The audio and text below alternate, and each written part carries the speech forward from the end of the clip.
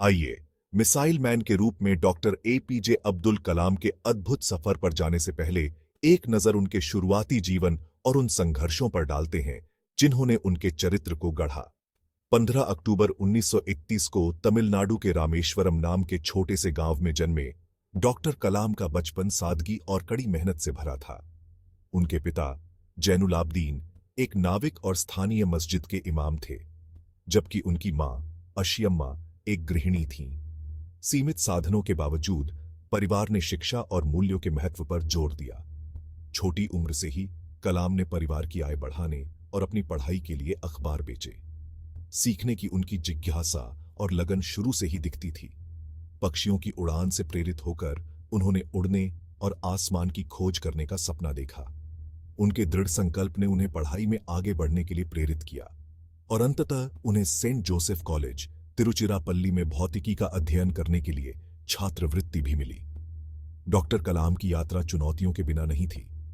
Graduate होने के बाद भारतीय वायुसेना में फाइटर पायलट बनने का मौका चूकने से उन्हें शुरुआती झटका लगा, लेकिन उन्होंने हिम्मत नहीं हारी और मद्रास इंस्टीट्यूट ऑफ टेक्नोलॉजी से एरोनॉटिकल इंजीनियरिंग की डिग्री हासिल की।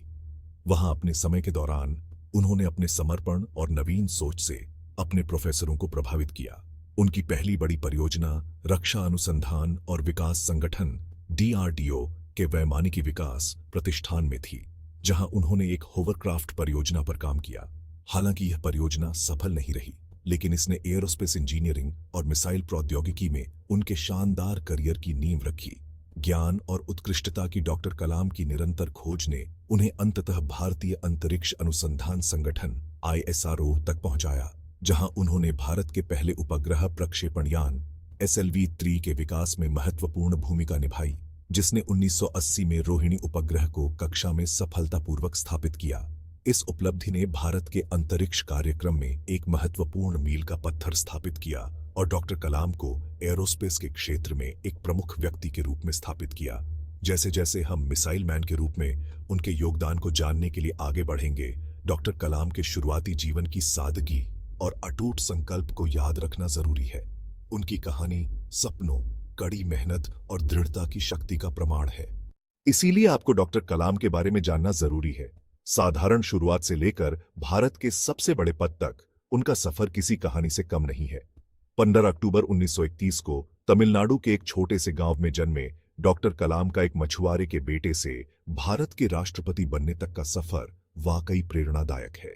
उन्होंने सेंट जोसेफ कॉलेज से विज्ञान में स्नातक की उपाधि प्राप्त की और बाद में मद्रास इंस्टीट्यूट ऑफ टेक्नोलॉजी से एरोनॉटिकल इंजीनियरिंग की पढ़ाई की। भारत की परमाणु क्षमता के प्रति डॉ कलाम के समर्पण ने 1918 में सफल पोखरण परीक्षणों का नेतृत्व किया। उनकी असाधारण योगदान ने उन्हें मिसाइल मैन का खिताब दिलाया। 2002 में डॉ कलाम भारत के 11वें राष्ट्रपति बने।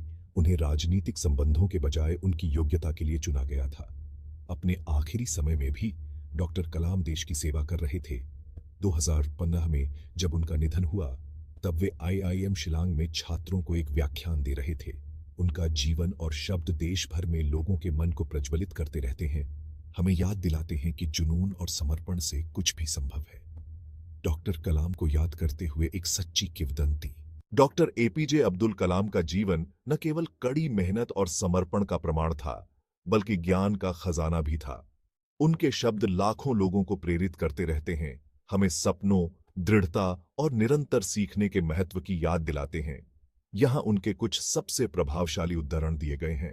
सपने सच होने से पहले आपको सपने देखने होंगे। उत्कृष्टता एक सतत प्रक्रिया है, दुर्घटना नहीं। अपने मिशन में सफल होने के लिए आपको अपने लक्ष्य के प्रति एकाग्र समर्पण होना चाहिए। अगर आप सूरज की तरह चमकना चाहते हैं, तो पहले सूरज की तरह जलो। अपनी पहली जीत के बाद आराम मत करो, क्योंकि अगर आप दूसरी में असफल होते हैं, तो और भी होंठ ये कहने के लिए इंतजार कर रहे हैं कि आपकी पहली जीत सिर्फ किस्मत थी। हम सभी के पास समान प्रतिभा नहीं होती है, लेकिन हम सभी के पास अपनी प्रतिभा को विकसित करने का समान अवसर है। इंसान को अपनी कठिनाइयों की आवश्यकता होती है, क्योंकि वे सफलता का आनंद लेने के लिए आवश्यक हैं। अगर आप असफल होते हैं, तो कभी हार मत मानो, क्योंकि फेल का अर्थ है सीखने का पहला प्रयास। अंत का अर्थ अंत नहीं है, वास्तव में एंड का अर्थ है प्रयास कभी नहीं मरता। अगर आपको उत्तर के रूप में ना मिलता है तो याद रखें, एनओ का अर्थ है अगला अवसर। तो आइए सकारात्मक बने। डॉक्टर कलाम के ये उद्दरण सफलता की ओर हमारी यात्रा में मार्गदर्शक रोशनी का काम करते हैं। वे हमें बड़े सपने देखने, कड़ी मेहनत करने और चुनौतियों को महानता की सीढ़ी मानने के लिए प्रोत्साहित करते हैं। उनकी विरासत न केवल उनकी उपलब्धियों के माध्यम से, बल्कि उनके द्वारा निर्धारित मूल्यों और उनके द्वारा प्रदान की जाने वाली प्रेरणा के माध्यम से जीवित है।